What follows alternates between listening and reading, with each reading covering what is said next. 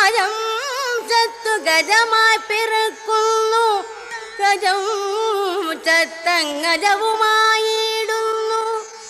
നരിചത്തു നരനായി പിറക്കുന്നു, നരിചത്തുടനോരിയായി പോകുന്നു.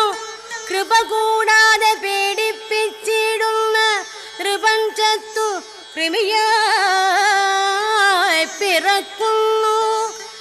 ഈച്ച ചത്തൊരു